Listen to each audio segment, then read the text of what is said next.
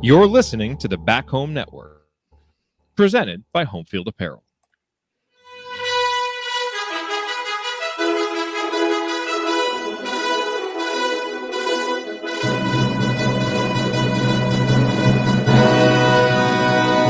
And welcome, Hoosier fans, to another victorious episode of the Assembly Call. As tonight, your Indiana Hoosiers extended their winning streak to 5 games by knocking off Ohio State 86-70.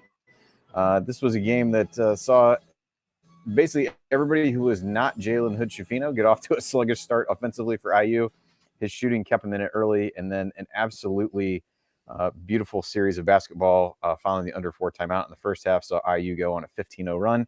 And really, over the course of the second half, they just nursed that lead. Never really got it up to 20, at least not that I can remember. Never got it to single digits. It just they kind of hung out in that general area over the course of the second half and ended up tying Ohio State in the second half, where each team scoring 40 points. But a 16-point victory and a solid home win for IU tonight. That moves their record to 15-6 on the season and 6-4 in the Big Ten.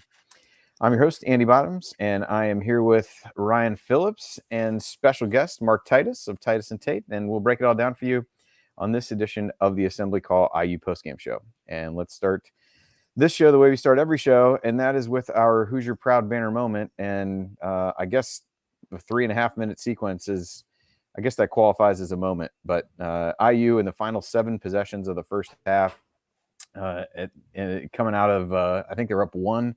Coming out of the under 4 timeout. So a Trace Jackson-Davis miss get tipped back in by Malik Renew. Beautiful reverse from Trey Galloway, a TJD dunk, a TJD hook shot, a TJD miss, but got a 3 from Hood-Schifino on the second chance. Renew scored with a hook shot, and Caleb Banks with a lob to ice it. So a 15-0 run over the final 3.5 minutes of the first half that gave IU that lead that they would not relinquish over the course of the rest of the game. And it really, up to that point, had been, kind of sluggish, a good game back and forth with both teams going on, mini runs here and there, but didn't really feel like IU was able to get into a groove. It was really just Jalen Hood-Schifino's shot making that was keeping them around. And that segment of play really allowed IU to take control, got the crowd into it. And then for a little while there at halftime, wasn't exactly sure what the second half may bring, as something fell from the scoreboard and caused a delay at the start of the second half, but it started things up. And as somebody joked on Twitter, Big Ten ref said something falls from the ceiling and may hit someone. That's a play on. So we just move on, and that's how we do it in the Big Ten. So tonight's banner moment, as always, is brought to you by Homefield Apparel. Wear one for the team. It is brought to you by our friends at Homefield Apparel, who is now in their 6th season of sponsoring the Assembly Call and their 2nd as the presenting sponsor for the Back Home Network. And as you surely know by now, Homefield has the largest collection of vintage IU apparel that you'll find anywhere, with beloved logos like 2 different versions of the Bison, as well as the IU women's basketball shirt that recently came out that has proven, at least to Jared, to be a good luck charm. Did not get a final report on whether he did wear that underneath his suit to the father-daughter dance tonight. Maybe he'll come on and tell us later. The result of the game would suggest that he did. But either way, even if you support other college teams, like the Buckeyes, as Mark does here, or you have people in your life who do, Homefield probably has something for them as well. Their product line now extends to more than 120 different schools with unique vintage logos for all of them. And no matter what you buy, you know it'll be comfortable and the colors will last through many washings. Plus, you're supporting an Indiana-based company that came up through Kelly.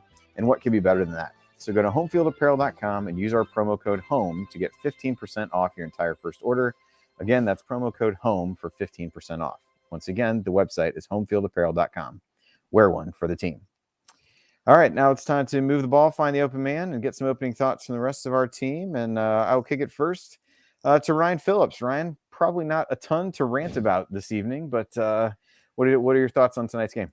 I think we've got to talk about Jalen Hood-Schifino. Just his first half was incredible, and as you stated, Andy, it was kind of sloppy. I mean, it was a tight game, but it was a little sloppy both ways. Both teams were really kind of struggling, and Trace Jackson-Davis didn't really get going. He was rebounding really well, and I think he was 4 of 10 from the field in the first half. He just kind of struggling to finish. Jalen Hood-Schifino was not. He dropped 20 points in the first half, 7 of 9 from the field, 6 of 7 from 3. He had all 6 of Indiana's 3-pointers in the first half. His ability to make shots and get open, and create space enough to get those shots off was just staggering. And he kind of had 2 games that were a little rough in a row where other guys stepped up. And when he's doing that, and when Trace Jackson Davis is getting a double-double, and then you've got guys like Malik Renew sort of plowing through that freshman wall and starting to get back to where he was, Indiana's a pretty good team.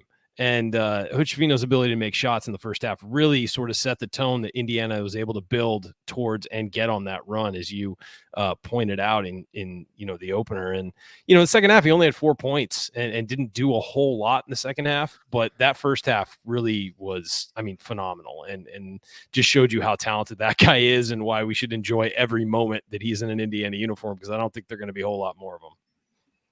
Yeah, I agree. One of the first threes he took was definitely of the no, yes variety. He scored early, but there was one that I think when IU was down 8-2 or something like that, he rose up and took one, and it was like, that does not seem like a good shot. But for him, that was a good shot. All right, so Mark, we'll throw it to you for your thoughts on the game. Just want to point out that there was some question of Mark's integrity about whether he was sick before the game, and that would allow him to not show up. We had no doubt. He is not gonna dodge this, because I think his overall record, the Ohio State's overall record in appearances on the show is now like 7-2. So this is not enough to deter him from coming on. I felt a lot better 2 hours ago, I will say, Andy. I don't know. I gotta be honest. I don't remember how the show works when I come on when Ohio State loses to IU. I'm used to like coming on and patting you guys, on the back and saying it's not so bad. Like, Indiana's not that bad. It's all going to be okay. I don't know what it's like to basically watch my team. I'm going to need a second. This is the most frustrating basketball team I have ever watched in my entire life, Ohio State. And I say this without exaggeration. We are a good team. I swear to God, we are a good team. It's just, we don't win games. We don't look like a good team for a lot of stretches. We are not mentally tough. But I swear to God, we're a good team. That's what's frustrating. There's so many times I'm watching this team that I wish we would just suck so I could just turn the TV off and not have to watch. But that first half is basically what this Ohio State team is in a nutshell, where Trace Jackson Davis is, as you guys are fully aware, playing out of his mind on a completely different level from what we've seen coming into this game, And Ohio State was doing well, I thought, limiting him. And I thought our game plan against him was great, even though we were doubling from the ball side and leaving shooters wide open. I still don't understand why we're doing that, but whatever. So I was like pleased with that. I was like, oh, okay, we're slowing down Trace a little bit. I thought our guys were handling the crowd well. Like when IU started hitting some shots, I felt like Ohio State was responding well. And then the wheels just completely fall off, and we have zero ounce of let's just weather the storm here. 0 ounce of how to handle a road environment in the Big Ten. I don't know, that first half is exactly what it's like being an Ohio State fan all year, where you're like, I saw so many good moments throughout that entire first half, and yet we're down by, what is it, 15 at this point? 16? Yeah. How did this happen? 16 at the half. And then I'm like, I swear to God, if you cover the score at times, you're like, I don't think we're down that much. And then you uncover the score and you're like, yep, okay, down 15. Got it. Okay, never mind. So I don't know. I think the positive I take away from this is I think I'm finally done with this team. I think that's it. I think I've seen enough. I think tonight I was like, why do I do this to myself? We're not making the NCAA tournament. It's over. I hate everything. But the Hoosiers look good. I will say the Hoosiers are back, so that's exciting. Yeah, I was just going to ask you, Mark, are the Hoosiers back? No, but Mark sounds like me with Indiana over the last 5 years. Just, I'm done. I'm finally done. It's over. I'll be here next week for the next show, guys, but I'm done. No, Mark, you watch all of college basketball for your job, and what has been different about Indiana for you? Because, they were down for a couple games there and looked for about a month. They weren't playing well. And then they had 3 real bad losses. And then all of a sudden they are playing well. And it's like they found some kind of formula. What have you seen that's so different? I don't think Indiana was as bad as the vibe was around IU. I think the 3 losses that were bad. I don't know. Like I look back on like the ups and downs of the season, and I think that 3-game losing streak to Iowa, Northwestern, and Penn State at the time, it felt like, oh, the bottom's falling out of the season. It felt like the sky is falling, as it literally was tonight in Assembly Hall. That was the feeling. But I mean, you go back and you look, like, part of what made the Iowa loss so bad was like the circumstances, having the big lead, the questionable calls, all that kind of stuff. But then also that was coming on the heels of Eastern Illinois beating Iowa. So at the time, you're thinking that Iowa is just like a garbage team. Chris Murray didn't play in that game, so now he's playing. There's like certain circumstances where it's like, we're losing to this team that just lost to Iowa, or just lost to Eastern Illinois. How is that happening? I don't think Iowa's that bad of a team. Northwestern at home, again, like through the years, there's no Indiana fan on earth that wants to get comfortable losing to Northwestern at home. That's not a sentence where you say, oh, that's not too bad, we lost to Northwestern at home. Yet at the same time, this Northwestern team is not bad. Like this isn't like a horrific Northwestern team. And it is a thing that has happened more than we would care to admit. Yeah. In recent years, unfortunately. Yeah, and then Penn State was just hitting everything, and that's how Penn State is engineered. It's like, we're going to shoot 1,000 threes, and if we're hot tonight, we're going to beat anybody in the country. So I don't mean to say that like losing those 3 games was good for India or anything like that. I just think like if you take like more of a process view at everything, I never really felt like IU was bad. I just felt like there's going to be ups and downs throughout the season, and that was a little bit of a down. And if they could just get healthy and not lose their cool about things, they bring it back. And I don't know. They have been, Hoosiers are looking incredible right now. I will say, like, I'm pretty fired up because I'm coming to Bloomington next weekend for the Purdue game, and I was gonna come to this game tonight, but then I realized, basically, since I moved out of Indiana when I was 18 years old to go to Ohio State, I don't think I've ever been to Assembly Hall and cheered for the home team. I think I've only gone back for Ohio State games. And I was like, I don't want to do that to myself anymore. I want to go back and actually cheer for the Hoosiers because it sucks being a visiting fan there. Yeah. So I could not be more excited for that. At least, like, going back next week is going to be crazy because I think Indiana is looking like the team that we thought they were going to be at the start of the year right now. Yeah, agreed. I mean, realistically, you did your part for Ohio State by going to the Iowa game last weekend. You shouldn't have felt that you had to show up. It is true. It is true. I said I was going to go for one game and save the program. And exactly. You did your best. Maybe it's a delayed effect of saving the program.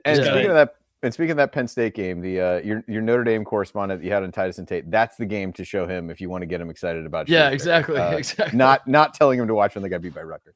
Yeah. So I think, as Ryan said, the place to start from a storyline perspective in this game was the play of Jalen Hood-Schifino, but really the freshmen in general. They were a story across the game on both sides. You had Jalen end up with 24, I believe, for the game, 24 points, 3 assists. 2 steals. Again, only got 4 points. Only took a few shots in the second half. Only one turnover. But also Malik Renew, 15 points, 8 rebounds. Had a number of really nice offensive rebounds. Has gotten pretty adept at tipping the ball to himself on these rebounds. 3 assists for him. Another really strong outing for him coming off of a big game at Minnesota. And on the Ohio State side, Bryce Sensabaugh was phenomenal as well. A tough matchup for anybody, certainly a tough matchup for the guys that IU was trying to throw at him. He ends up getting 23. Really gave Miller Kopp a lot of trouble to start the second half. They tried Race Thompson on him. They tried Renew on him. Just about anybody had trouble slowing him down. So this was a game that the freshmen were such a big storyline for both programs. Ryan, I know you talked a little bit about Hood-Schifino earlier, but thoughts on Renew, kind of, as you said earlier, breaking through that quote unquote freshman wall. Yeah, I know he had a couple weeks. And I think it started with, after the North Carolina game where he was just really out of sorts, and it was mental. It was, because the guy's got the skill, he's got the size, he's got the power to play at this level. I think it was all confidence, and he's just slowly got that confidence back. And I think everybody said, well, he'll get there eventually. He just needs more minutes. He'll get there. He'll realize he can play at this level. And that's what's happened. And you saw that. I mean, this was the best game he's had since like the 4th game of the season or something. I mean, he was relentless in the attack. I think he does need to learn to kick the ball out occasionally. It feels like once it goes in, it is not coming out. It's, everybody should just get an offensive rebounding position because that ball's going up. I don't care where he is on the floor. If he gets the ball within 10 feet, it's going up. And but he was successful more often than not tonight. And really just, you can tell he's worked really hard to get back to a place where he's confident. And, it's gotten to the point now where, Trace Jackson Davis only played 33 minutes tonight. I say only because he's been playing so many minutes. I mean, they could survive with him, with Malik and with Race Thompson on the floor together and no Trace. I mean, it has seemed for weeks that if Trace Jackson Davis is off the floor, Indiana's in trouble. And getting to that level where you can give him some breaks, given how many minutes he's played and how he's been playing and what he's been doing on both ends, is going to be invaluable down the stretch, especially in games like this where they have a lead. Being able to get him some rest is going to be huge. And Malik Reneau is a huge part of doing that.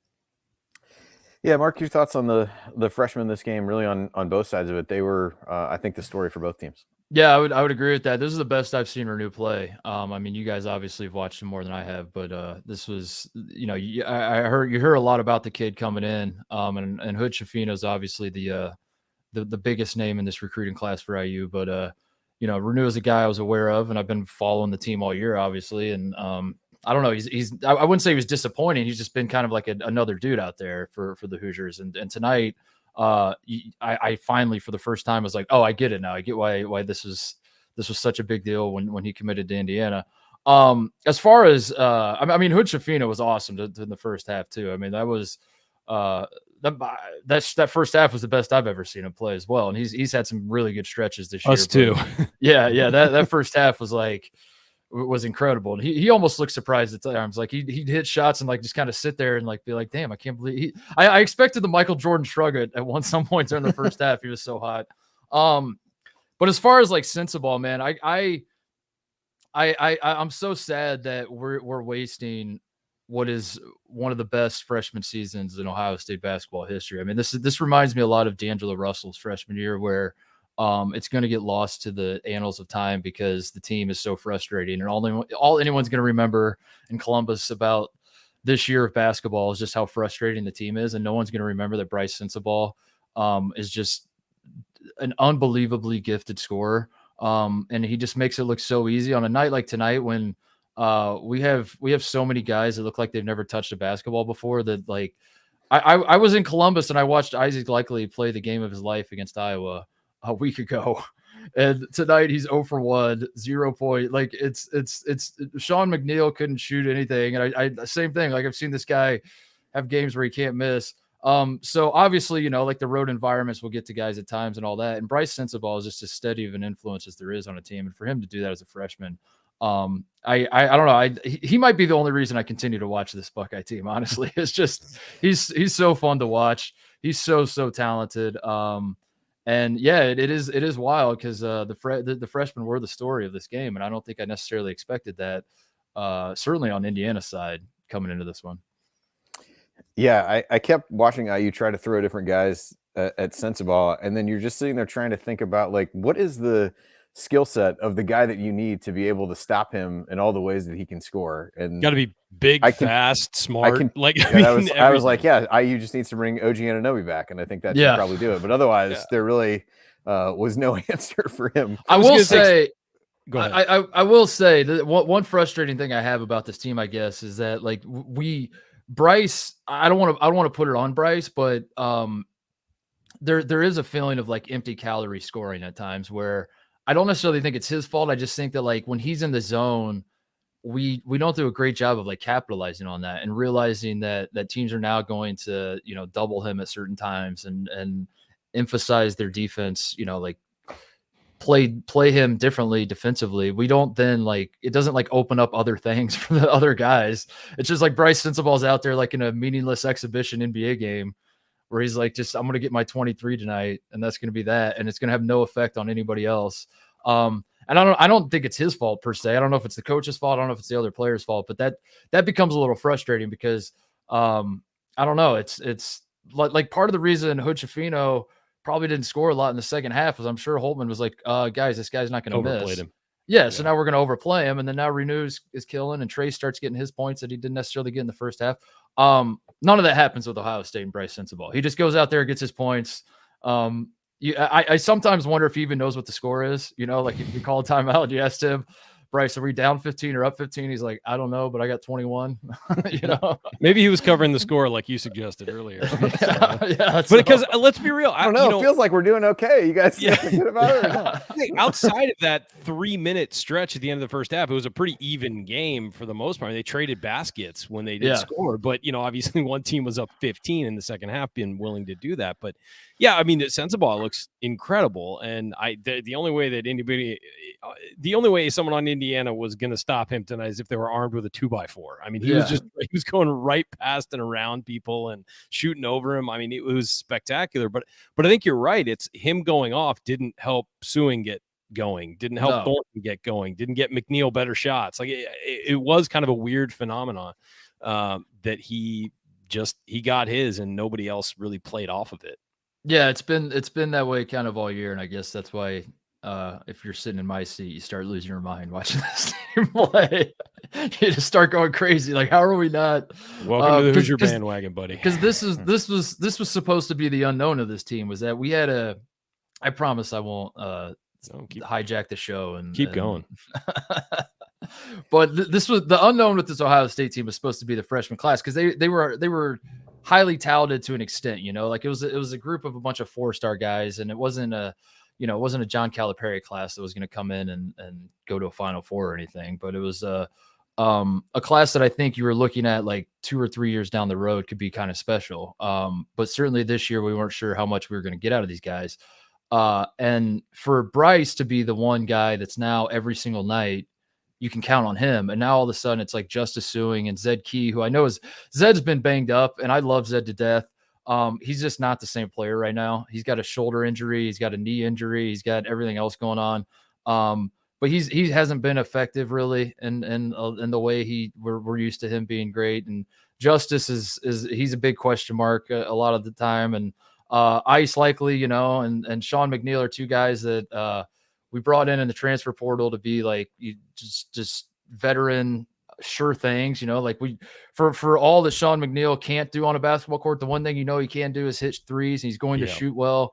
Ice likely is a great defender. Like there was like this certain level of like, what the floor is with this Ohio State team. Now, if we can get something out of the freshmen, we could be pretty good maybe. And I guess that's what's frustrating is that by and large, the freshmen have delivered, or at least Bryce has. And it's the veterans that are kind of frustrating. And that's why I'm pulling my hair out, I guess, is because if it's flipped on its head. It's like usually you're watching a team like this and you're like, these freshmen are making boneheaded plays, but instead it's the other way. And we now find ourselves relying on a guy who was not supposed to be a one and done, but as more time goes by, his draft stock just continues to grow and grow. So I will say that's the double-edged sword of that is that, early in the season, people were saying, well, Hochefino can't make his own shots, get his own shot and make it. So maybe he does come back for another year. And now he's tearing it up and you're like, oh man, we got like 10 games left with him. And it's probably the same with Sensabaugh. It's the better. It's great that he plays well, but at the same time, the downside is he's going to be gone. Yeah. It's a bummer. I mean, and then the worst part about it is in the name, image, likeness era, you can now start deluding yourself into believing like, I don't know, maybe we could get, Ken Nunn to put together a NIL package and keep Jalen around. I don't know. Maybe we could see, like Ohio State fans were doing with CJ Stroud. Yeah. He wouldn't declare for the draft. And we're like, oh no, did Les Wexner step up? Anyway. All right. Well, we're going to take a quick break. When we come back, we'll hit on some meaningful moments that you might have missed and then go inside the numbers as we continue to break down IU's 86-70 victory over Ohio State. You're listening to Assembly Call. Stick with us.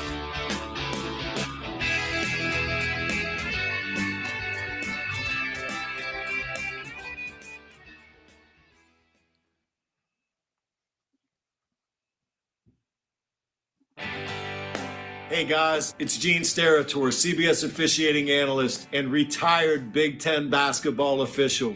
I have never listened to the Assembly Call, and to be honest, I don't intend to. If you listen, make sure you ignore anything Ryan says about officiating. He's really good from the seat of his pants, but I wouldn't trust him on the court with a whistle around his neck. Time has proven him wrong on virtually everything. Take care. We'll talk soon. Thank you, Gene, and welcome back to the Assembly Call IU Postgame Show. I'm Andy Bottoms here with Ryan Phillips and special guest Mark Titus, and we are breaking down IU's 86-70 victory over Ohio State. And now it is time for Meaningful moments that you might have missed. And today's meaningful moments that you might have missed are brought to you, as always, by our friends at the Hoosier Ticket Project, where they help individuals and families experience Indiana University athletics events in person for the first time through the generosity of alumni and fans. To learn more about how you can donate money or extra tickets to help create meaningful moments for other IU fans, like the, I think, 90 or so people they were able to send to the IU Ohio State women's game. Sorry, Mark. You can visit HoosierTicketProject.org. Again, that's HoosierTicketProject.org. It has seldom been a show lately where we have made it out of the first segment and not talked extensively about Trace Jackson Davis. But here we are. And Trace, you know, as we think about meaningful moments over the course of his play, I think he did a lot of little things well. I do think he struggled at times with the double team. I know Coach was on site at Assembly Hall tonight and kind of talked about there were times where he was trying to make too difficult of passes out of the double team. There was other times, as Mark mentioned earlier, where Ohio State would double from the the ball side, and he was able to kick it out to Jalen for 3-point shots. So ends up with 6 assists. I think led the team in total in assists. With that, did have a double-double with 18 points, 10 rebounds, 6 assists. But Ryan, I'll kind of throw this to you first. Any specific Trace plays that may have stood out to you, or little things that he was able to do tonight to be effective on what kind of felt like an off night, but then you look up and he's got 18 points, 10 rebounds, 6 assists, and I think at least a couple blocks as well. So I guess for him maybe that's an off night now, but I think we'll still take it. Yeah, the thing that stood out to me for Trace was nothing offensively. It was his rebounding early on, and just it seemed like he was skying so high above everybody to grab those boards in the first half. He had 8 in the first half, 6 defensive. I felt like it really, when Ohio State got off to a good start, and I thought that Indiana really closed down the boards and made it a one-shot offense, and I think that was huge for Indiana. And I just saw him, just in there, and it felt like for a stretch of like 6 trips, he grabbed every rebound, and it was he and Race Thompson both just grabbing every board. And I don't know. I think that being able to rely on him to do that when Indiana hasn't rebounded well from the guard spot at times is huge, and it helps them get out and transition fast because, of course, he grabs the ball and then he's willing to take off now, which is different than the last 3 years.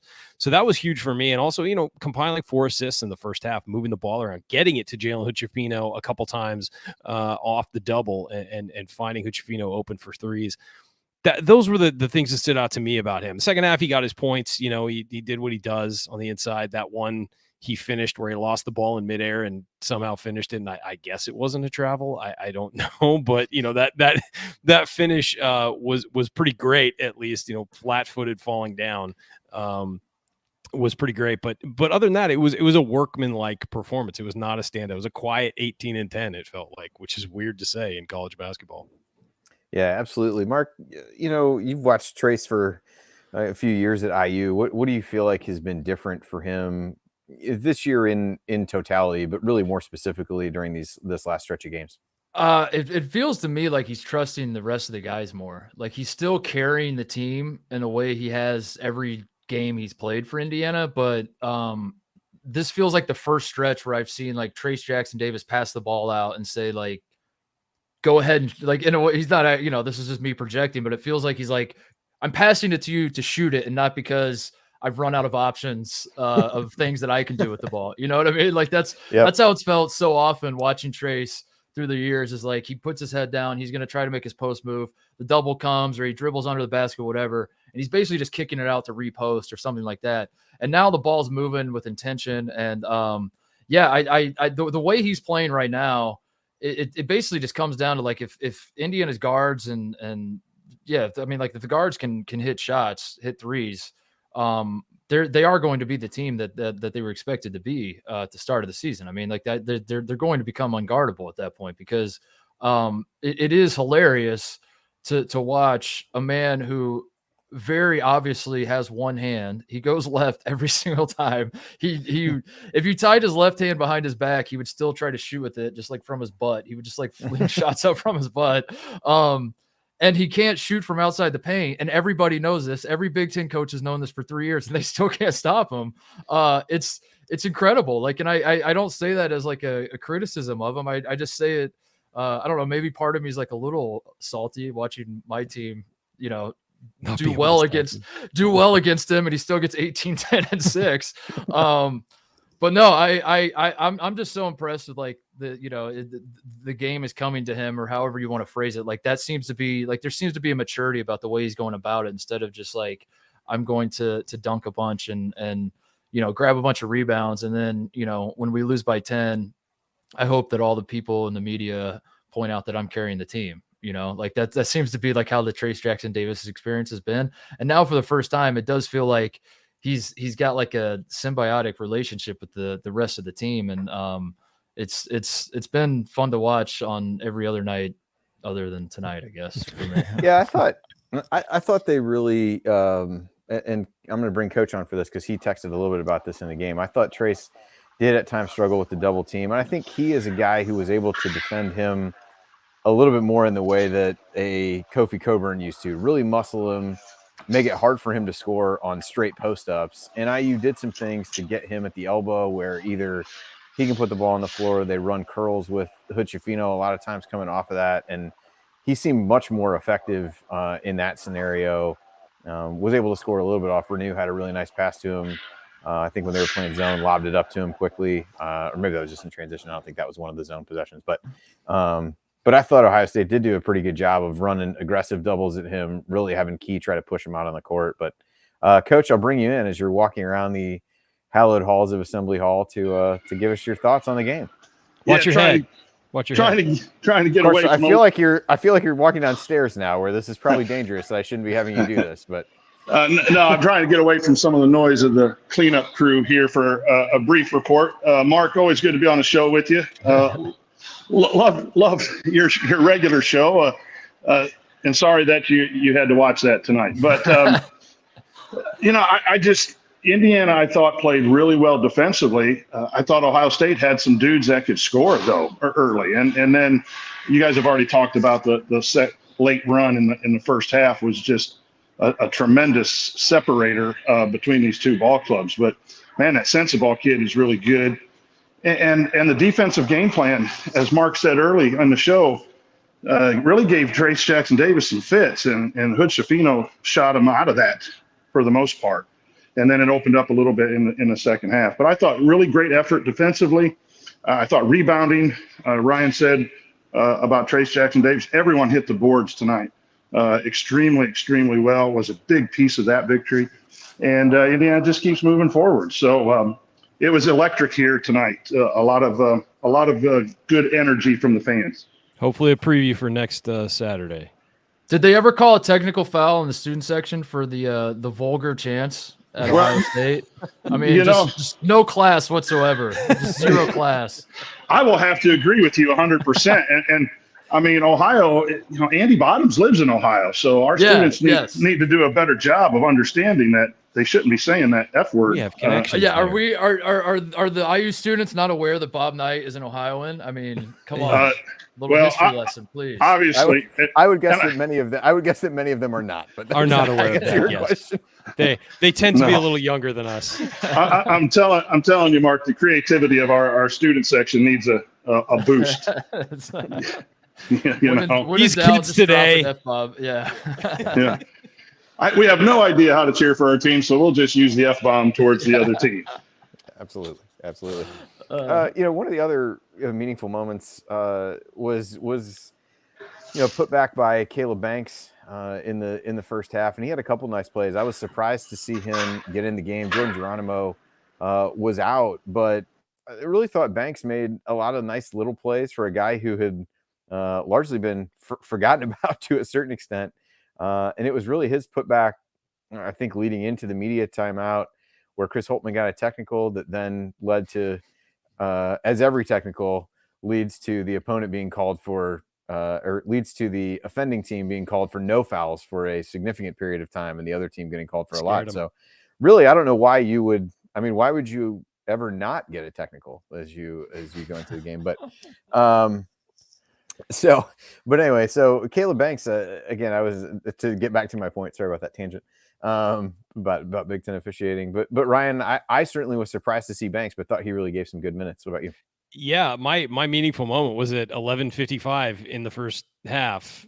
Caleb Banks came in. I mean, Banks hasn't played meaningful action. I definitely did a double take. He'd been in the game a minute, and I was like, is that wait, CJ Gunn changed numbers? Like, I did not see that coming, and he hasn't played meaningful minutes in weeks, maybe a month, over a month, and came in, played a significant amount, and he made some freshman things where he overplayed some things and jumped out on ball fakes and kind of fumbled the ball a little bit here or there, but in general, as he got into the game, I thought he looked like he belonged. I mean, I don't know if he's gonna steal minutes from anybody, but it was nice to see him get in the flow, and you see the athleticism, you see the size and all of those things. You see what people were praising about him, especially over the summer when he was apparently playing really well as soon as he stepped on campus. But he's a guy who's going to have to contribute for Indiana next year, definitely. So it was nice to see him get in the flow and get some minutes, and I thought he acquitted himself pretty well. Coach, anything on Banks or other meaningful moments? I don't know how long we have you, so I'll let you if there's anything else you want to throw in here. Have at it.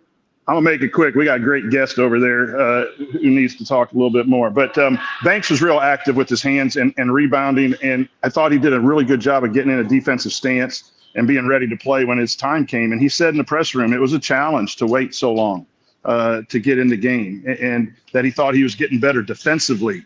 And that's why he had his opportunity. He said he felt he had a good feeling about playing, and he said, I just had to be ready when the opportunity presented itself, with all that's player and coach speak. But I thought he did that today, and that's good to see. That just adds to the depth as needed if Geronimo is going to be out. So a really good effort. Yeah, you could tell that the freshmen need help in the media room. They're real short with their answers and kind of looking at each other. Caleb Banks, first time he plays, now he's got to go in and talk to the media. He was a little shell shocked in there. So, the SID. JD needs to get with them and help them a little bit. But it was good to see him have his shot. And it was good. 5 games in a row, fellas, and a tough one at Maryland. And then we're all together here in Bloomington. So I'm looking forward to it. I'm going to drive home now and relax. So drive safe, enjoy. Coach. Have a great rest of the show. All right, will do. Thanks, Coach. So, Mark, as we kind of finish up meaningful moments here, a couple other guys to hit on. Just wanted to get your perspective on these guys as kind of role players on IU. One is Miller Kopp, the other is Tamar Bates. Kopp has been a guy who's gotten a lot of conversation from IU fans about, why is this guy playing so much? And he has defensive limitations, as he showed tonight. It's not a lack of effort. It's just asking him to go try to keep Bryce Sensabaugh in front of him is not a thing that's going to end well for him or any number of other people. But I thought he did, continue to do some little things. Was able to dig down in the post, got a turnover, stepped into a 3 in the second half when he needed to, was able to, make a nice pull-up jumper. And then Tamar Bates, also a guy who struggled at times defensively. Typically when his shot doesn't, go in right away, we've talked about it on the show. He kind of gets handsy and is trying to make too many things happen defensively. And but is also a guy that can get hot. I thought he made a nice, the meaningful moment for me on him was being able to shot fake, get in and get to the rim for a layup, which is not something you see him do a whole lot. But what is the, kind of evolution of those guys? Sometimes they're, making major contributions on the stat sheet, sometimes not so much. But, how do you view those guys fitting into IU's hopeful success as they move forward? I think Bates has the luxury of coming off the bench, so the fans don't expect quite as much. He's more of a if he's icing on the cake when he's bringing it and he's scoring and making plays and all that. It's just it's an added bonus. So I think obviously Kopp's going to get more of the criticism because he's starting and you're scratching your head when he's having nights where he's 0 for 3 or something and getting burned on the defensive end. You're scratching your head wondering why this guy's starting and getting all these minutes. But I think the same thing with him though. Like I think they're both similar guys where they're capable, and there's certainly opposing coaches and scouting reports before the game are spending time talking about these guys because we've seen Miller Kopp get hot at times, and you've seen Tamar Bates like really go nuts. So I think that really is their function. I think like Indiana, like I said earlier, if the guards are hitting outside shots and doing it in ways that aren't just like Trace Jackson Davis getting doubled and kicking it out, like doing it in ways that are like within an offense, an actual flow of an offense, that makes this Indiana offense just absolutely dangerous. And sometimes you don't even need guys to hit shots. You just need like Miller Kopp to hit one, and then the defense is like, oh shit, I forgot, like this guy's a great shooter. And then now all of a sudden they're freaking out about the idea of him getting hot. I don't know. I think like Kopp is who he is. So I mean, like obviously Bates being younger and being a little flashier and all that, like he's gonna get people a little more excited, I think. But no, I think both guys play similar roles where they can be instant offense at times. And you just hope that the offense they bring can outweigh the defensive problems they might have. But no, I don't think they're guys though. I think it's easy to like look at a box score and say, oh damn, Miller Kopp. I mean, how many did he have tonight? He only had 5 tonight. Miller Kopp only had 5 tonight. Another bad game but I don't think that's what he's for. Like I don't think you're looking at Miller Kopp saying we need 12 points every single night out of you. I think it's like there are going to be a handful of moments throughout this season where we need you to hit shots.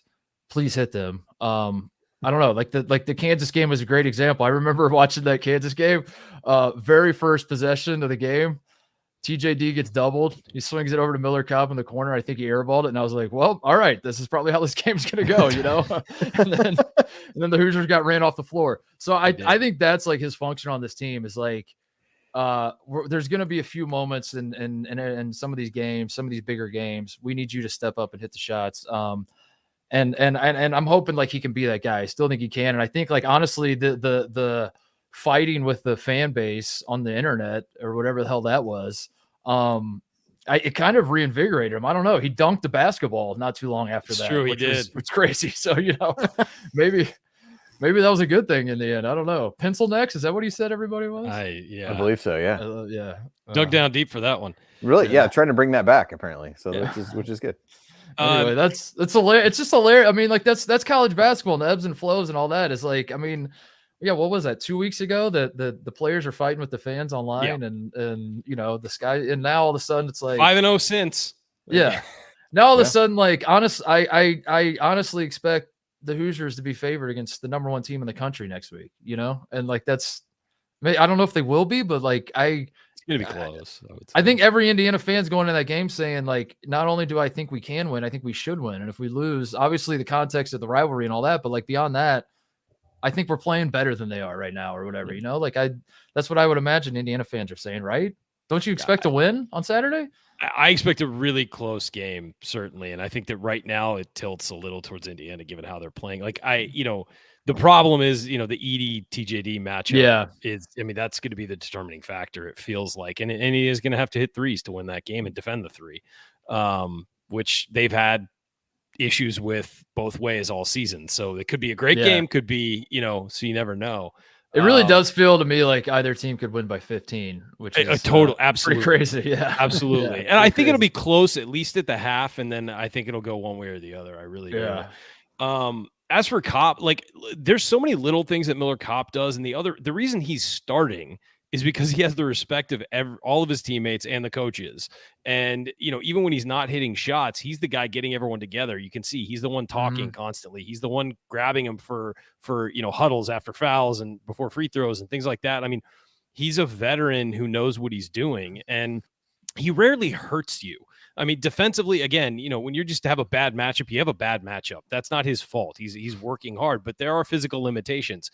A guy I compare him to a lot is Jordan Hulls. When Indiana would face really athletic point guards, when Jordan Hulls was on the team, there was a good chance that guy was going to go off, and Hulls would just try and make up for it on the other end.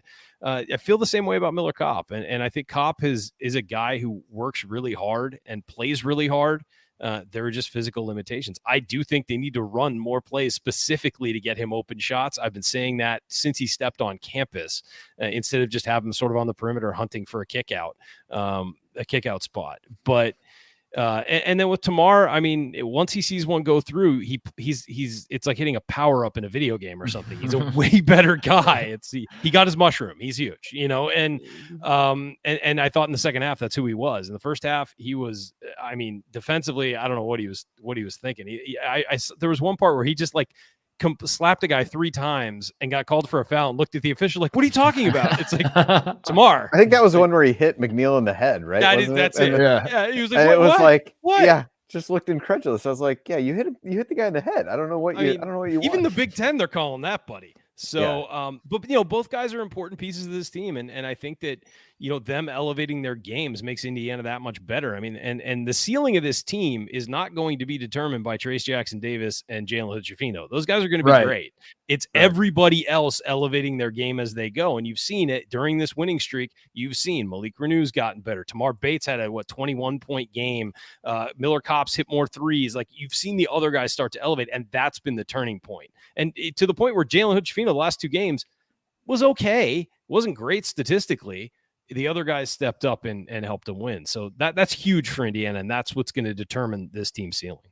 Well, and I think more than that, it just hasn't always been the same guy, and it doesn't always have to be. But you've had so many guys. I mean, even Caleb Banks, we talked about that tonight. A lot of guys being able to step in and make contributions, and even though it's not the same guy night after night, if you can get enough guys around them to play well, then should be in good shape. So let's go transition to stats and go inside the numbers here as we look at the win. For IU, the shooting percentage, they shoot 50% from the floor. Most importantly, shoot 50% from 3 as they continue to really shoot it well from long range. Galloway hit another one, was 1 of 3. Got some open looks there. Kopp was 1 of 3, but Hood-Schifino's 6 out of 9 certainly helps. Even Renew cashed one in late there, but 50% on 2s, 50% on 3s. Solid from that perspective. Only 9 turnovers for IU compared to 17 assists. And when you look at those numbers compared to Ohio State's 8 turnovers, but only 9 assists. And I think that speaks a little bit to whether that was their approach or the way that IU forced them to play, really having to do a lot more one-on-one with Sensabaugh and trying to play that way. Bench points favor IU, second chance points favor IU, even though I felt like Ohio State got, quite a few of those. IU with more points in the paint, a lot of good numbers in IU's favor, which obviously you'd expect in a game they scored 86 points and won. But Ryan, any stats jump out to you that really told the story of this one? I guess I should unmute. That might help. I mean, you can if you want. They won on the boards 39-33 and were able to, they gave up 12 offensive rebounds, but I didn't feel like that really hurt them that much. Ohio State had 16 second chance points, but Indiana had 23. So I think that was kind of the, being able to prevent them from running it up, in that way, really helped Indiana. Just once you get a lead, it's about solidifying it and not allowing a team to be able to have long second possessions on defense. Just keeps you from getting worn out. So I thought that, what was impressive about Indiana is they got the lead and you knew an Ohio State run was coming. And they were able to kind of keep them at arm's length the whole game. And I thought that was the most impressive thing we saw, especially college basketball these days. You can go on a 17-0 run and get back into it. And I thought Indiana was able to keep them at arm's length, just doing solid things, playing solid defense, running solid offense, and rebounding the basketball. Yeah, and then defensively, IU holds Ohio State to 44% from the field, just 5 of 19 from 3. Mark, as you look at that, do you view that as things that IU was really successful in doing defensively to force that, or kind of where do you place the credit and the blame on that side of things? As a guy who's watched obviously every Ohio State game this year, we are not this. We at one point in time, and it wasn't that long ago, we were, according to KennethPomeroy.com, the #1 offense in this great nation. And it's almost mind blowing to think that could be said about this group of basketball players as you watch them now, because the 9 assists is jumps out to me of like, I like you're talking about stats that I'm looking at when I look at a box score. Justice Suing had 5 points, 0 assists, and 3 rebounds, and that's just simply not good enough. And that's what every Ohio State fan. He is our senior captain. He is the guy that's been around for a few years now. He is a guy that as a team, we have a team full of freshmen. We started a freshman at point guard, and our best players are freshmen. He's the guy that's supposed to be the rock, and he's not that. So I honestly, man, like I think Indiana's defense was great tonight, and I think I still do believe that Indiana, this particular team, but also Indiana as a program, I think defense should be the identity, and that should be the calling card, and that's how they're going to win meaningful games and trophies and things that'll actually get the fan base excited. So like I that's what has me fired up. Like the part of me that likes to see Indiana play well is I do think there's a better commitment on the defensive end. But honestly, as I was watching the game tonight, I just saw like inept Ohio State offense that I'm used to seeing from the last few games. And it's just maddening. I don't know what else there's to say. Like Ice Likely isn't great offensively. We knew that when he came here from Oklahoma State. He can't shoot. He can't really, but he's like a savvy veteran. And as I said last week, I was there. I saw with my own 2 eyes in the Schottenstein Center against Iowa, who I know is terrible defensively. I understand all these things, but still, I walked away from that game and I was like, oh, cool. Maybe Ice can, he found a little offensive spark. Maybe he can. No, not the case. He took 1 shot, did not score tonight. Justice did absolutely nothing offensively. Yeah, Sean McNeil couldn't hit anything. I mean, the 3 shots I think he hit, he was fouled on, which tells me, like, on the one hand, the one hand you're like, oh, that's cool that he hit those 3, but then on the other hand, it's like he probably made them because he was fouled and probably like knocked it off. Like he was going to miss, and then the foul made it. 0-5 from 3 for him was a huge surprise for me. This Buckeye offense is just broken, and we don't have enough pride defensively to we're just a mess, and I'm done with this team until I don't know when's their next game, and then I'll probably turn it. At least a couple days. Yeah. One other question for you, Mark, before we leave stats. What are the key stats that your dad and IU fan, Coach Titus, are there like stats that he really hones in on that is like this tells the story if they're doing this well, they're whatever? Does my dad pet stats that he really looks at? My dad gets really fired up about anybody that, like, Trey Galloway has been a guy that he has a lot of attention on because Trey Galloway is a native Hoosier who's also a coach's son. So that I think is the perfect recipe for my father to like obsess over a player. And when Trey Galloway couldn't hit the broadside of a barn with his jump shot, my dad would lose his mind. So I feel like that's been a sticking point for him this year. Is like I think Trey was 3 for 3 from 3 not too long ago, and again I forget which game it was. It was a couple days ago. Yeah, so like Trey's been shooting better this year, and my dad's like really fired up about that. So I think I think Trey only hit 1 tonight, but that's the kind of stuff that gets Papa Titus going. Is it just drives him nuts. I can't tell you how many times he'll not even guys that play for Indiana. He'll text me he'll be watching just a random Pac-12 game and they'll cut in and talk about like a guy that's a coach's son, and then he'll just be like, "Do you see this coach's son on Cal who can't shoot? What the hell?" And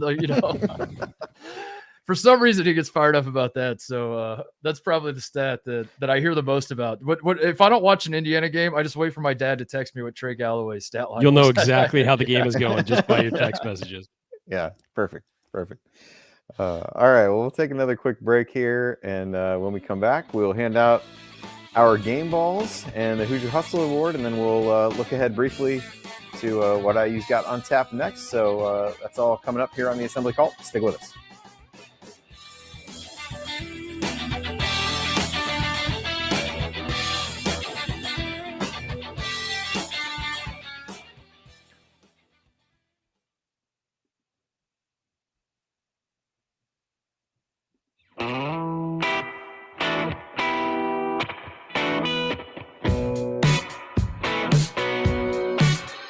This is Jordan Halls, and I never miss a shot or an episode of the Assembly Call. All right, right, thank you, Jordan, and welcome back to the Assembly Call IU postgame show. You can catch us live immediately following every IU basketball game, plus every Thursday night at our website, assemblycall.com. Also, make sure you sign up for our free IU Hoops email newsletter. Over 9,000 of your fellow IU fans have subscribed already, and you can join that for free today at join.assemblycall.com. Again, that's join.assemblycall.com. And I'm Andy Bottoms here with Ryan Phillips and special guest Mark Titus, and we are breaking down IU's 86-70 victory over Ohio State. And now it's time for our game balls, which are presented by our friends at Bloom Environmental, where Allie and James and the crew help folks in southern and south central Indiana maintain healthy air quality in their home or business. You can learn more at bloomenviro.com. And when you mention this ad, you get 23% off all of their testing services. That 23, of course, is in honor of TJD, who has been dominating the game balls of late, but feels like tonight it is likely that things will go in a different direction. But Ryan, I'll kick it to you first. Who gets your game ball tonight? Yeah, it's Jalen Hood-Schifino for that first half that really set the tone for Indiana. He had 20 in the first half, 6 of 7 on 3, and then finished with 24 on 8 of 12 shooting, 6 of 9 from 3. Only 1 rebound and only 3 assists, but only 1 turnover. He had a block and 2 steals too. Was plus 21. I mean, again, plus minus. As we always say, flawed stat, but in 32 minutes, he really set the tone for the game, I thought, for Indiana, and kept them in it early and allowed them to sort of build to that big run at the end of the first half. You could easily give it to Trace Jackson Davis for 18, 10, and 6 with 2 blocks thrown in there. But I got to give it to Jalen. I thought this was his game. Yep, I would agree. Probably a Big Ten stat of the day somewhere in there with Trace Jackson Davis's stat line, but we'll wait and see about that. Mark, game ball for you tonight? Yeah, I would agree. I would agree with both you guys. I think Jalen carried the load in the first half, and Ohio State, the game plan was pretty obviously try to make someone other than Trace Jackson Davis beat you. And Jalen Hood-Schifino stepped up and said, I will do that. I will beat you. And honestly, at halftime, like I know like Indiana fans can, obviously at times be cynical and think that no lead is safe or whatever. I assure you, at halftime, the game was over. I've seen this Ohio State team. We have zero heart whatsoever. We have zero. The locker room was not full of guys clapping, saying, "We're all right, guys. We can do this in the second half. We can." It was a lot of hanging of heads and damn, we suck, don't we? So in that regard, like to me, the game was kind of over at half, and with that in mind, I think the guy who scored 20 points in the first half deserved the game ball. So yeah, I would agree with both you guys. Yep, that is sound logic. So we'll make it unanimous. Jalen Hood-Schifino gets the game ball, his second on the year, which is actually fairly surprising that he hadn't gotten more. But I guess when Trace is out there playing the way that he is, maybe that makes a bit more sense. All right, now we will transition to The Hoosier Real Hustle Award.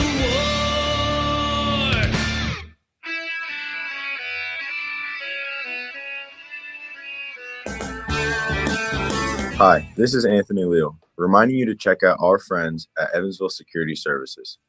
Based in the hometown of IU legend Calvert Chaney, Evansville Security Services has been providing off-duty police officers to businesses and individuals since 2001. In other words, they're in the business of prevention and peace of mind. And remember, prevention cannot be measured. To learn more about how Evansville Security Services can help you preserve your peace of mind by preventing bad outcomes, visit evansvillesecurityservices.com. That's evansvillesecurityservices.com. All right, so Ryan, I'm going to throw it to you first again. I'll even let you do the honors of attempting to describe for Mark what we're usually trying to accomplish with this, and then the thought process of how to give it out. It's not necessarily just this was the second best player of the game type thing. No. So I'll let you, as the wordsmith of our show, try slow to down. It's, yeah. No, it's basically. I mean, I'm not saying there's a lot of competition. I'm just, who set the effort. Like who was the high effort guy for Indiana? Not necessarily, as some people seem to think it's game ball B. It's not. It's somebody who had the most effort and played well. And by some people, I mean Jared Morris. But I'm gonna go with Caleb Banks tonight. I thought 7 rebounds, 3 offensive rebounds. Just seeing him get in there. He only played 12 minutes, but I thought it was great seeing him get in there and mix it up inside. And there's certainly some other options, but I really liked what I saw from Caleb. So I'm gonna send a hustle award his way. All right, sounds good. All right, after that glowing description, Mark, who gets your who's your hustle award? Caleb feels like a good pick because I do think Holt got a tech in the first half because Caleb. Yeah, because Caleb Banks wasn't on a scouting report, and he was like, "Who the hell is this guy?" and then lost his mind because of that. That's my theory, anyway. But I think for me, there were 2 moments when I knew it just wasn't Ohio State's night. One was when your arena literally tried to kill our best player. And I mean, like, I that was one of the moments where I was like, this is unreal. What's happening? What I'm witnessing. The other one was the Trey Galloway reverse. When Trey hit that, and it didn't feel like a fluke. It just felt like Trey being Trey. He's practiced that 40,000 times. Yes. Yeah. Oh, that was disgusting. I hated that so much, but also I was like, damn, that was kind of cool. So I have no idea if that is quite fits the description of what we're doing here, but that felt like he deserved something for that, some sort of award. So yeah, this is it. All right. Well, I'm going to go a third direction, which means we'll have to let the chat mob try to figure this out, which means that I'm going to have to try to look and figure out who they will say. But I'm going to go with Malik Renew. I just thought he made a lot of hustle plays on the glass that were really important. Continues to foul at a pretty high level, but what are you going to do? Not as high level as what Jerome Hunter was doing for Xavier earlier in the year. I looked at his fouls per 40 minutes going into the IU game. It was just unbelievable. But I missed Jerome. Yeah, in his he's actually settled into a nice role there. Although I did see him pass up a wide open attempt to shoot a 3 today when I was watching Xavier and Creighton, and I was like, I don't know. That's a body double. That is not. I don't know what Hunter. Sean Miller has done to this guy, but this is not the Jerome Hunter that I know. But anyway, I'm going to go with, but I go with Malik. I thought he made a lot of good plays. Was able to give Trace a little bit of rest, and with Ray still working his way back into form, I just thought he didn't seem to have his legs at times. Although he made a couple big plays and had he was nice good off one. the jump. I thought he defended pretty well off the jump, and then when he came back in again, he wasn't as quick. I thought, and that's he's still working his way back. Yep. So I'll go with Malik. Thought he made a lot of good plays. Padded the stats a little bit by knocking down a 3 there at the end, and so we'll try to. I'll let somebody in the chat mob attempt to tabulate the votes here and figure out who it was. I've seen a lot of all 3 guys in here, so this is alarming that someone will have to do the tabulation. But so we'll let somebody do that. I'll try to keep an eye on it so we can mark it down for posterity as we go forward here. But all right, so with that, we kind of transition into lingering questions as we look forward. IU goes to Maryland on Tuesday.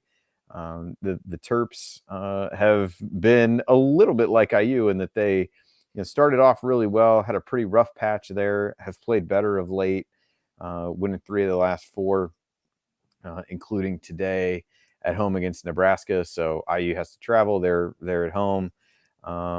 Should be an interesting game. Mark, I'll kind of throw it to you. Give thoughts on anything you've seen on Maryland this year. I know they played at Ohio State a few weeks ago. What can IU fans expect from them? I've seen Maryland play really good basketball, and I've seen Maryland put up some stinkers. The UCLA game in particular was tough to watch if anyone watched that, and Tennessee before that. So I guess like for me, Indiana's a better team. Indiana's pretty clearly a better team than Maryland. But this feels like a I don't know if trap game's the right word, but it just feels like a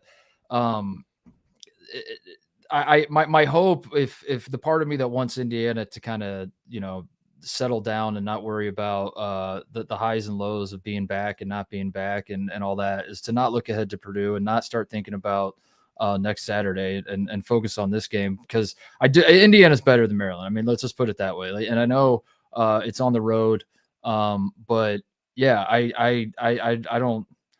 The Maryland team that I've seen, I know they took Purdue to like Maryland's at their best when it's a rock fight. I'll just put it that way. Like that's like when Maryland's like the Tennessee game, the Purdue game, which they both lost, but like Tennessee and Purdue are probably two of the top, maybe the top two of the top two teams in the country. And they were right there against both those teams.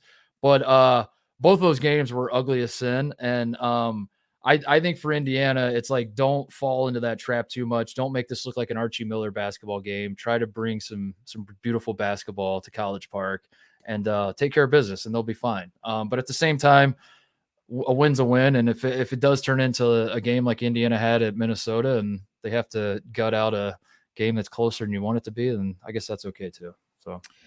Yeah, I think that's ultimately the lingering question is kind of how IU plays with, 5-game winning streak, Purdue on the horizon. This is that game in the middle of the kind of trap game, if you will. Ryan, what have you seen from the, I think this is a question that if we've asked it over the years, we'd probably have different answers. Most of them born out of pure terror of an inability to sustain good play. But, what are the key things that you really look for?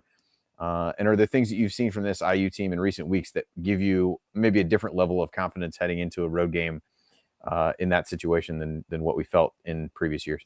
The first 10 minutes are going to be so important for Indiana to, I know they lost the first segment tonight, but they were able to sort of rebound in that second segment and just keep the game close as they kind of found their footing. And this team sometimes takes a while to find its footing in games. And so I think that first 10 minutes is going to be really important. I think they're going to need one of the bench guys to step up and hit shots. And Trey Galloway and Tamar Bates have not played well on the road traditionally. So somebody's going to need to get in there, and one of the supporting guys, whether it's Kopp, whether it's Renew, whether it's somebody else, is going to have to provide a lift. Race Thompson, it'd be nice to see some offense out of him. But I think a perimeter guy is going to have to step up and help Jalen Hood-Schifino and sort of go against script there, because that has not been something that's happened for Indiana on the road very often. So those are the two things I'm looking for. I think, Trace Jackson Davis is going to probably get his, but it's about, and Jalen will probably hit a couple shots and make some plays, but he's definitely going to have to play well. And I think that there's going to have to be a supporting cast member that steps up. Yep, I would agree. All right. Well, we are just about at the end here. I think we have, we've hit all the main points. So just a quick reminder, Mark here, to check out our friends at Home Field Apparel. Use the promo code HOME at checkout to get 15% off your first order. And with that, it's time for last call. Mark, we'll throw it to you first for final thoughts on the 86-70 win for IU. I have a final thought that might seem a little bizarre, but I want to say it anyway. Bruce Thornton is a guy. Indiana fans probably didn't even know he was out there tonight. He's our starting point guard, a freshman for Ohio State, who I adore. I love this kid. The start of this season, I was so blown away. I was out in Maui watching him play. Like Texas Tech, and I know Texas Tech isn't great, but still, like, Texas facing a Mark Adams defense as a freshman point guard, and just kind of the composure he was playing with against a team like that. And we played San Diego State out there too, same sort of thing of like just how defensive minded that program is and all that. Watching Bruce Thornton at the start of the season, I got so excited for what he was, and he has just completely hit a wall or fallen off a cliff or whatever. And I am about to just start, like, I don't know what I'm going to do. I'm going to, like, just start praying to every God that's out there and something to, like, get this man back on track. I'm going to start, like, going to psychics and out here in Los Angeles or something. I don't know.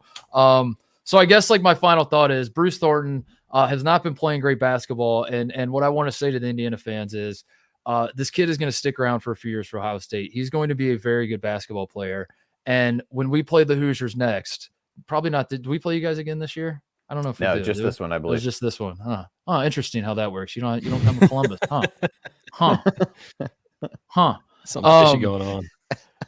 But when you play Ohio State again and Bruce Thornton has a good game, maybe some of the other Indiana fans will say, who is this kid? Where did he come from? All that. But everybody watching this, all the assembly call people will say, we know who this kid is because Titus told us about him. I don't know. He's hit a freshman wall, and it really, like, breaks my heart because he's a great kid, and I was really fired up about him. And I don't know. That's a bizarre thing. The other thing I would say is this is my least favorite game of any college basketball season is when Ohio State plays at IU. When IU plays in Columbus, I don't really mind because I just turn my brain off and just convince myself that, like, the red jerseys are Nebraska or something. And I think, like, Ohio State's just playing like another team. But watching like the Assembly Hall court with the Buckeye players on it, it's just it really just feels like my wife and my mistress are hanging out and talking That should to never each other. happen. And it's just like very bizarre for me to watch, and I hate it. I really do. I absolutely hate it, and I really, really, really hate it when my team sucks and we lose like this. So that's it. That's my final thought. I'll shut up now. I came and I took my lumps. Congratulations, guys. The Hoosiers are back. Are you guys going to be there Saturday, by the way? Who's all going Saturday? Andy's not going to be there. I'm going to be there. I'll come find you. Right. And Jared's going to be there, and Coach will be there. I mean, we'll have the whole crew. It's Andy's coaching. Yeah, well, I coach my daughter's 6th grade team. We have 3 games in the span of just over 24 hours that just so happened to fall on that weekend. So the weekend we picked months ago. Yeah. So I will definitely not be at the game. That's why I don't have kids. I don't want my kids here. Kidless right here. That's the lesson. Also, I want to get ahead of something. I'm going to the Purdue game, the IU at Purdue game in Mackey. And so I'm going to the game Saturday with my brother and my father, who are both IU grads. And then I'm going to the game in Mackey with my mother, who played at Purdue. And I promised both sides of the family that I will cheer for the home team. So I want to get ahead of this when the Hoosiers play at Purdue. And there may be pictures of me floating around on the internet wearing Purdue stuff and clapping for Purdue. Just say it's Photoshop, man. We're good. I'm cheering for my mother. I'm not cheering for the Boilermakers. Okay, that's what's happening there. Okay. All right, we'll let you off the hook for that. Right. Man. I understand. Moms are worth it. So moms are important. Awesome. Well, appreciate you coming on, Mark, and enjoy your trip to Bloomington next weekend. And as everybody you said, you'll be able to go and enjoy it as a where you can, just freely cheer for IU and enjoy it in that regard. So by the way, everybody tune in Monday to find out the next step for the Titus and Tape boys. We're all looking forward to it. I hope I hope we have it figured out by then. No. Awesome. All right, Ryan, what's your final thoughts on tonight's game? Just a great win for Indiana. I thought it was pretty complete. You had a lot of guys contributing. Obviously, Jalen Hood-Schifino showing why he's going to be in the NBA next year, and Trace doing his workmanlike thing. Finally getting what feels like a win over Ohio State when our favorite guest comes on. But I just think this team is on a roll right now, and they need to sustain it. I think that it would be easy with that Purdue game looming to sort of look past Maryland. Not that you should. It's a road game in the Big Ten, but there's a lot of focus that's going to be on that Purdue game and a lot of hype around it. And it feels like 2 years ago when that Purdue game felt like a really big game, and it didn't turn out well. And so this team needs to just keep its head on straight, keep playing the way it's playing, keep as Mark pointed out eloquently, Trace Jackson Davis feels like he's trusting his teammates a lot, and they need to trust each other and keep that faith in each other, regardless of what's going on around the program, or regardless of what's going around each of them. That trust in each other and being able to know that the next guy will step up when you need it is huge for any team. And so they just need to keep that rolling against Maryland, and hopefully they head into that Purdue game with just on a complete tear, and we can throw down next Saturday. Mark, I will let you know that a few people in the chat, a couple of my favorite comments. Oh no! My mother played at Purdue too, but I'm not wearing Purdue clothes. That's fair. Although I think my favorite from Jen, what the heck, Mark? She didn't play for the men's team. So. That's true. That is true. That is true. Mom. I don't know. I'm a mama's boy through, and my mom, like, she is the most agreeable woman on earth, and just like doesn't. So anytime the IU Purdue rivalry, like my dad hates Purdue more than he likes IU, honestly. Like he honestly probably watches more Purdue games just to like tell me Zach Edey isn't good. He's just tall. Like I get more, I'm like, Dad, isn't IU playing? He's like, yeah, I don't need to watch IU. I just want to make sure Purdue, isn't that good. And so anyway, my whole life has just been my mom just getting abused in this Purdue IU rivalry by my brother and my dad, and I don't know. And I think just through the years, I've just grown a soft spot. So I thought I'd give her one day, just like one day where I was like, Mom, I want to go to West Lafayette. I want you to, give me, I've had her do it before, but it's been years, and I just want her to like take me to her favorite places and go to the campus and all that. And I don't know. I'm a Yeah. softie. I apologize.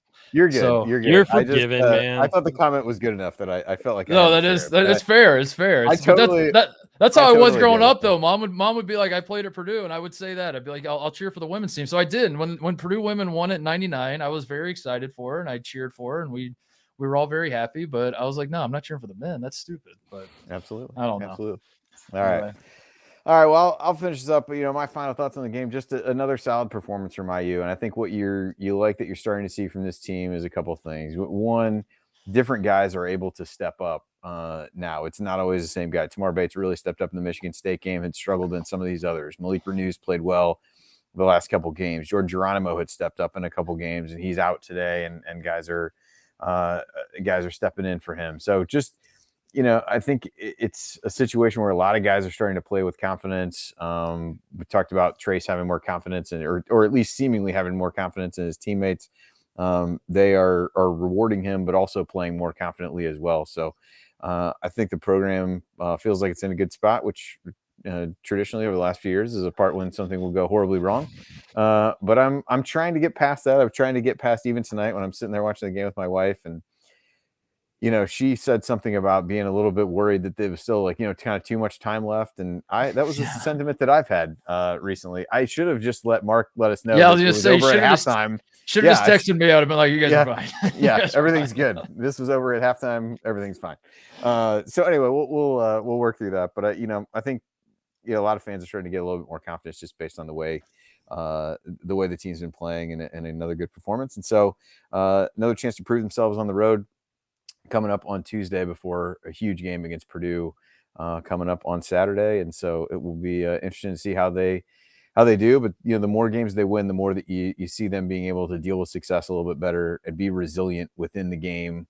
And that was a situation that we just haven't seen. And as Mark described some of the things with Ohio State in the first half where things just really kind of snowballed, I think that's something we've seen from IU in recent years. And this team seems to, at least for now, have worked their way past that and are able to be a bit more resilient in games, able to put a stop to runs and not really. I think the second half was a perfect example of that. Never really let Ohio State put true game pressure on IU in that situation. And that's a step in the right direction for the program and for the team. So with that, I will close us out. And if you want to see us do the show live and be part of the live chat, make sure you subscribe to our YouTube channel over at youtube.com/assemblycall. Don't forget to go to join.assemblycall.com to join our free email newsletter. Special thanks to Bob Thompson for the music you hear on the show, and special thanks to John Ringer of rigdesign.com for designing our logo. And thank you for listening. We'll be back to talk IU hoops again with you on Tuesday after the Maryland game. And until then, take it from me, Yogi Ferrell. Keep your elbows in and your eyes on the rim. Thank you. Thanks for coming out. I like everything about that. All right. We have a Mark Titus one. We should. I could not find it. Jared sent me a Dropbox that had him in there, and I looked specifically for the one that was native Hoosier Mark Titus and I could not find it in there. So we'll use it next show. Let it be known that effort was made to dust that one off, but I could not find it. So but anyway, thanks for coming, Mark. Appreciate you. Appreciate you hopping on, and happy to do it. I know there's a lot of look. I keep this on my desk. There you go. There you go. Right there. Well worn. My coaster. Yeah. It's pretty used. Constantly. So happy to do it anytime, guys. Awesome. Anytime. Well, we'll see you Saturday, man. Yeah. I'm fired up, man. It's gonna be so fun. Are you going? Are you going as like a special guest or media, or you just get tickets? Well, so here I didn't really want to say this like publicly, but we're still on the air, so. Oh really? We're still live. Yeah. So, shut that off. So we caught you just in time. Yeah. Good. I'll talk to you later. All right. We'll talk. All right. Even better. We caught you. We're not here. Well, then good thing I didn't say it publicly. I'm glad I stopped you. Awesome. So we'll see you. It'll be great to have you in town in Bloomington. When was the last time you were there? Did you go last year? I haven't been to. I went to the IU Ohio State football game few years ago. But I haven't been to a game in Assembly Hall since it was like a Jared Solinger, Aaron Kraft era Ohio State IU game. And Yeah, that must have been at least 10 years ago. And like I said, it was a very unpleasant experience being a visiting fan. I can imagine it was even worse in person. It was just so weird because like I wore an Ohio State shirt there, obviously, and then but I'm like walking like it was I don't know. It was like I was going to like my buddy's house and it felt like I was like walking into like a house I was familiar with. So I'm just like kind of going to the kitchen and I know where the bathroom is. And I'm like, just kind of making myself at home. Like everyone's just looking at me like, is this what is this guy doing and all that? I don't know. It was like and then I almost forgot I was wearing the other team's shirt. It was just a bizarre experience. And I decided I never want to do that again. So I don't think I'll ever watch Ohio State in Assembly Hall ever again. Bring that Titus magic for Purdue. That's gonna be a big one. I'm fired up for Purdue, and it's a big deal because Dad. I don't know. I just like the older I got, and then the further I moved away from home. I don't know. Just I got to a point where I was like, I got to take my dad to Purdue IU game because I don't even know like the last time he's been to a Purdue IU game in it's probably been the 80s or something. Honestly, like really, wow. Like we didn't go to the Purdue games growing up. We always watched them at home. So I don't know the last time he was there with Purdue games. So perfect. That's awesome.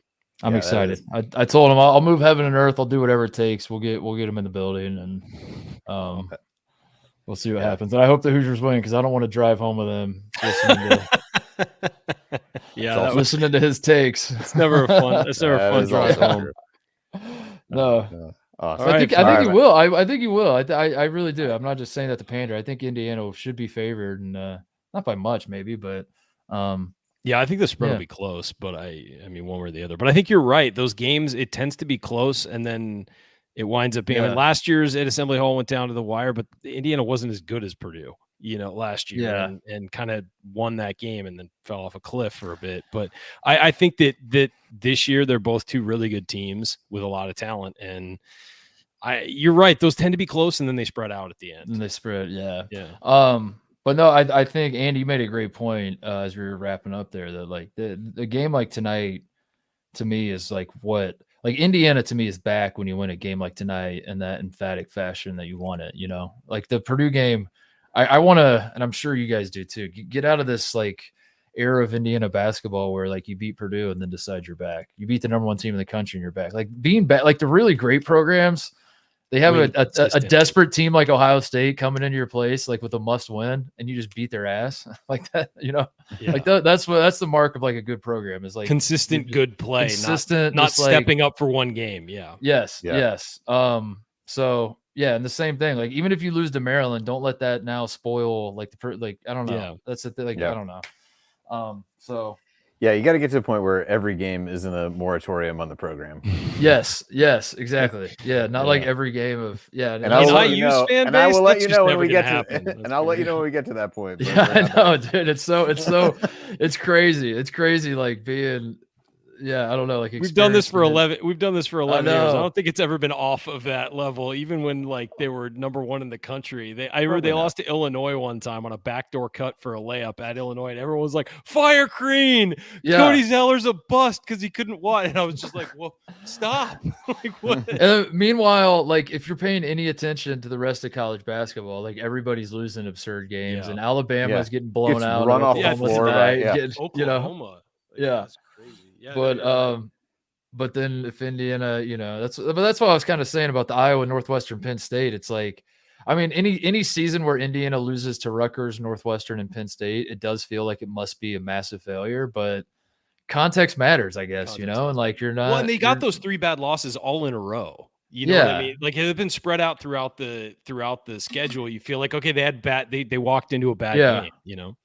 But I mean, Rutgers and Northwestern, I think, are tied for second. They are 10. Yeah, he has a half game behind him right now. So even that the world we're living in right now, even that blanket statement of like we lost to Rutgers and Northwestern, like any other year, that's panic button. But like this year, I don't know, they're decent teams. So who cares what their jerseys say? Like I don't know, it's not the end of the world. So, all right, boys, 100%. Thanks for having me. Thanks for coming, man. As always. Coming on. All right, we'll talk soon. Thanks everybody. All right, see you guys.